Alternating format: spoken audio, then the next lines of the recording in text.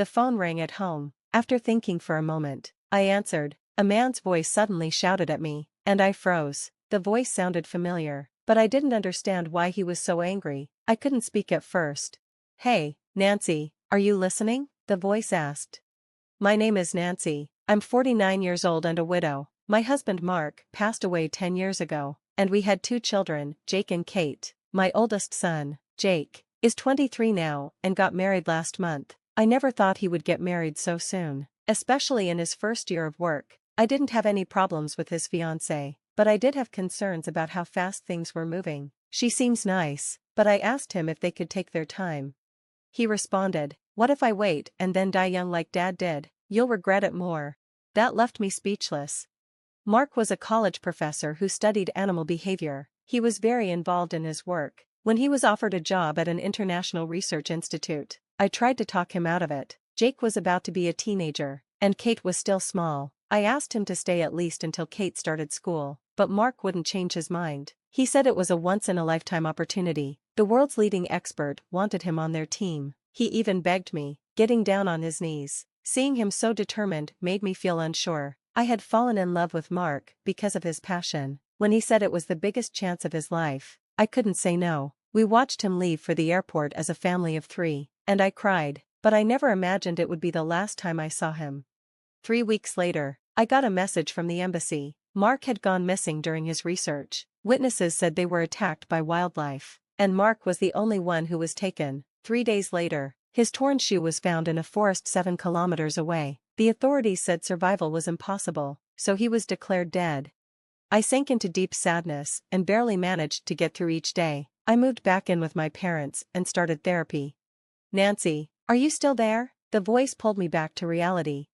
"Mark, is that you? How are you alive?" I barely managed to ask. "Mark, what are you talking about?" he asked, sounding confused. 10 years ago, you were declared dead during your research trip. I've raised Jake and Kate alone since then." "This is crazy," he said. "I haven't been able to return home, but we've kept in touch through email. I even sent you a recent photo of myself, and you sent me pictures of the kids all grown up. Did you hit your head or something? Are you okay?" The voice was definitely Mark's, but our conversation felt unreal. I couldn't understand if this was some kind of elaborate prank. I asked, "What emails?" "I don't remember any emails." There was a pause. "Nancy, are you serious?" Mark's voice asked. "This must be a scam or even a ghost," I said. "Give me your email address, and I'll prove it." I wrote down the email address he gave me and confirmed it. Then, I opened my computer and sent an email while staying on the phone with him. After I sent it, there was silence. "Do you only use this email?" Mark asked. "You know I prefer keeping everything in one place," I replied. "This isn't the address I've been using," he said. My heart sank. Mark had been emailing someone else for 10 years, thinking it was me. The photos of me and the kids had been sent by someone pretending to be me. I always kept everything together, bank accounts, credit cards, everything. Mark knew that well. Realizing this wasn't a joke, Mark asked, "Who have I been emailing all these years?" We were both confused, unable to understand what was happening. "Can you forward me the emails and photos? Let's talk tomorrow after I check them," Mark said before hanging up. Mark had been alive for 10 years, and I had believed he was dead. I waited for him to send the forwarded emails, hoping for answers. This was supposed to be a miracle, but our call had ended without any real answers. Reality wasn't like what you see on TV. Kate came home hungry, and I made dinner while my mind raced. Later that night, after Kate went to bed, I opened my computer again. Mark had sent me 3 emails. My hands shook as I opened the first one. It read, "Today was Kate's first day of elementary school. She seemed sad being the only one without her dad there. When will we finally get a family picture?" Attached was a photo of Kate, shyly smiling in front of her school. I didn't remember the email, but I recognized the photo. I had taken it.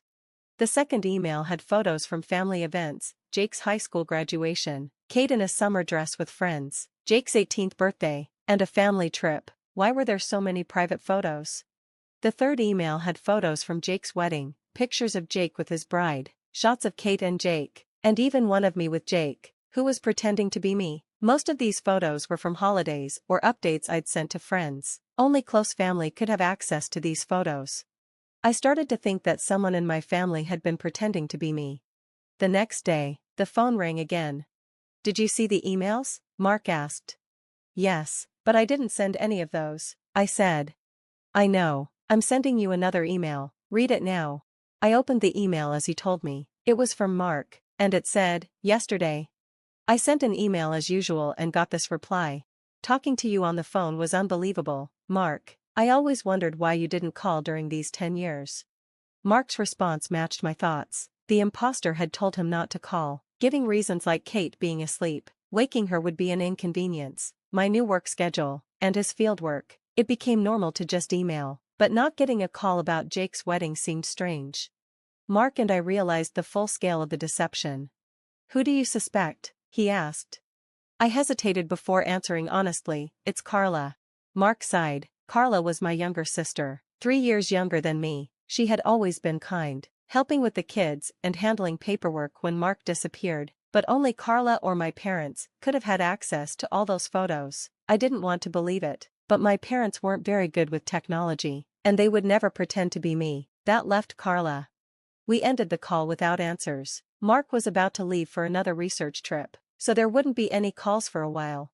Over the next few weeks, I kept thinking about the last 10 years, trying to put the pieces together. How had Mark managed to stay abroad if he had been declared dead? Did Carla know he was alive the whole time? Had she and Mark worked together? But why would Mark call now if they were both in on it? None of it made sense. 2 weeks later, Mark called again, sounding urgent. "Nancy, where's the money?" His question caught me off guard. "What money?" "The living expenses I've been sending every month.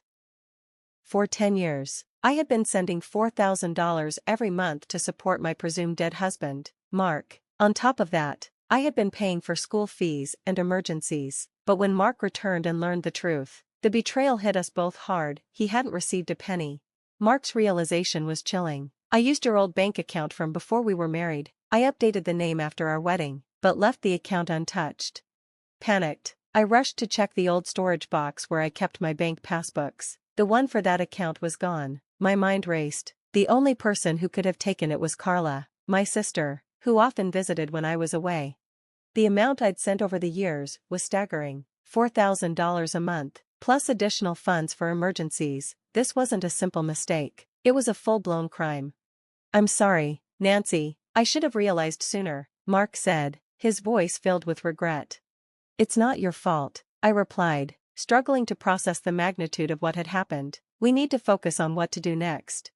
Carla's actions weren't just a personal betrayal, they were criminal. She had stolen from us, and I knew I had to confront her. The thought of my parents' reaction worried me, but I couldn't let that stop me now. I remembered that in the early days after Mark's presumed death, Carla had helped me with paperwork. I was emotionally shattered and had signed documents I barely remembered.